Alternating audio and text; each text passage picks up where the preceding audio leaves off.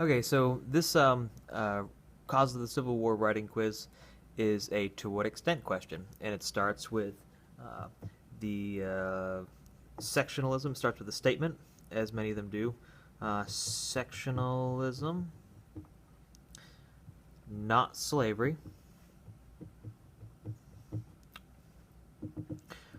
was a major cause of the Civil War. So when the next part is to what extent do you agree with this statement? To what extent questions are really um, uh, fun, and you should look at it as like a gift because you get like the full range of the spectrum to argue, to what degree one event or one theme in this case was more significant than another. You can say here, establish that sectionalism, was more significant, right, or wasn't as significant. So you could say, this. I don't think that you have to say I don't agree with the statement, but I think if you agree with it, you're going to say sectionalism um, was more significant um, than slavery as a major cause of the Civil War, um, because is your friend. Okay, you're given kind of free reign here, but you're held accountable. You have to give your reason for as to why this is so significant. Sectionalism is so much more significant, right, than slavery. Okay? It's always about sectionalism and slavery. You're still going to bring in evidence about slavery. You're going to bring in evidence about sectionalism. But you kind of have to rethink the causes a little bit. I think I would take an approach, a safer approach might be to say, look, we're talking about the Civil War. We're not talking about the moral issue. We're talking about fighting, our brothers and sisters here. So, in terms of fighting, look at the most direct causes. How about the preserving the Union? Preserving the Union, is just as much, or if not more, about saying, look, like Lincoln says, if slavery, needs to stay to keep the Union together, then I'm for it. If we need to get rid of slavery to preserve the Union, then I'm against it. Lincoln, as many of the Republicans and many Northerners, are saying we need to stay together. If we split up into two separate countries, we're not going to survive. It's not going to be good in the long run. Okay, these are the United States of America, and people believed in that. You could also say, many of these states already said, look, Lincoln's elected.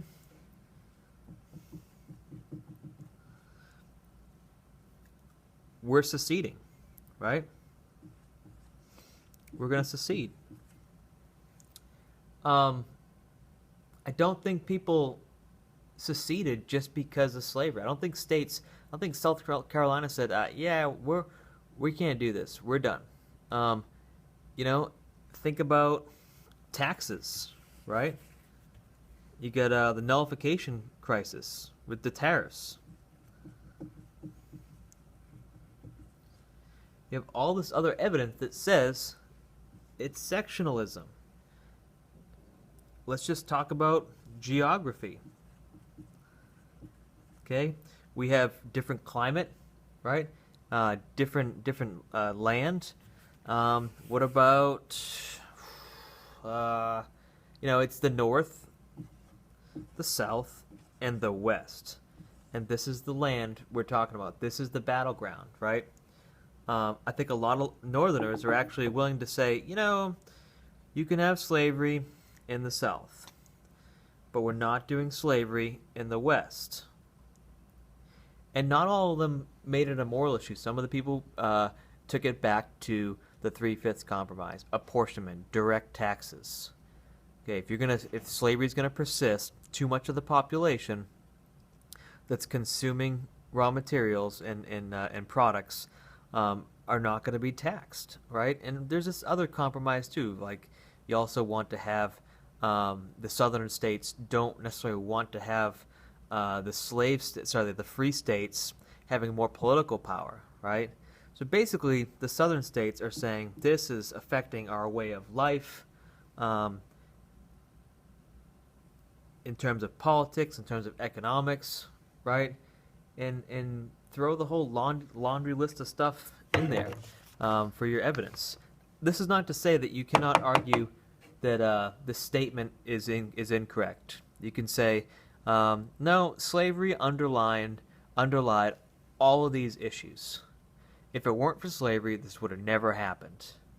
But a few suggestions: if you're going to do three major paragraphs, 3 body paragraphs, put your first idea, the first most significant reason why the most significant grouping of causes, up there up front. If you're going to say it's slavery, put your more slave-oriented causes up front. Bleeding Kansas. Bleeding Kansas is sometimes thought of as, like a dress rehearsal, a little kind of snapshot of what was to come. The North fighting the South, the free soilers fighting the slave state supporters. So put that first if you're saying slavery is it. If you're saying sectionalism, go with some of those other topics, those other the other events, the other facts that I kind of laid out a second ago. But really, when it comes down to it, look at your evidence, okay? And just go through and say, okay, this is slavery, right? This one's about slavery. Most of them are about slavery, right?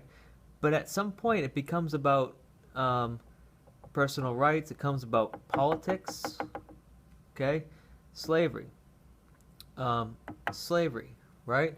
Border states is kind of an interesting thing because even though it is about slavery, at the bottom line there it says that they were slave states but did not secede. Okay, look at how many slaves were really in these states. Compare 1850 Maryland or Delaware to 1850 Alabama. And tell me that Maryland and Delaware are slave states. We cannot group them with those deeper southern states, the kind of plantation geography states, right? So think about that too. Even the South has its own kind of fragmentation going on, right? It's sectionalized within itself. Just make sure you can support that. That's what this is all about. You can take whatever position you want. Make sure you can support it. That's what you're getting graded on. Other ones here, we have Republican Party, right? This is about slavery, anti-slavery. This is the Free Soil Party, but and it's also a response to the Kansas-Nebraska Act. But the Republican Party itself is not necessarily a direct cause of the war. Preserving the Union, right? This is kind of a direct cause of the war. Preserving the Union, though, is not necessarily about slavery. Like I said, Lincoln's saying, I'm for the Union. I'm pro-Union. He's not saying I'm anti-slavery, right? He's pro-Union. Kind of reminds me of, something that Obama said, and I've been waiting for someone to say this for years, about pro-choice or pro-life on the abortion issue. And he comes out and says, I'm pro-choice. My choice is life. I thought, that kind of speaks to the cleverness of it. But, Lincoln's doing a similar thing here. He's not going to say, I'm for or against slavery. He's not going to begin to start to dictate or begin to say that I understand, the ways of man and we should all live this way. He understands that the South has a way of life, has a culture that they're born into. They have a set of circumstances that they're trying to succeed at. And it also helps the North as well.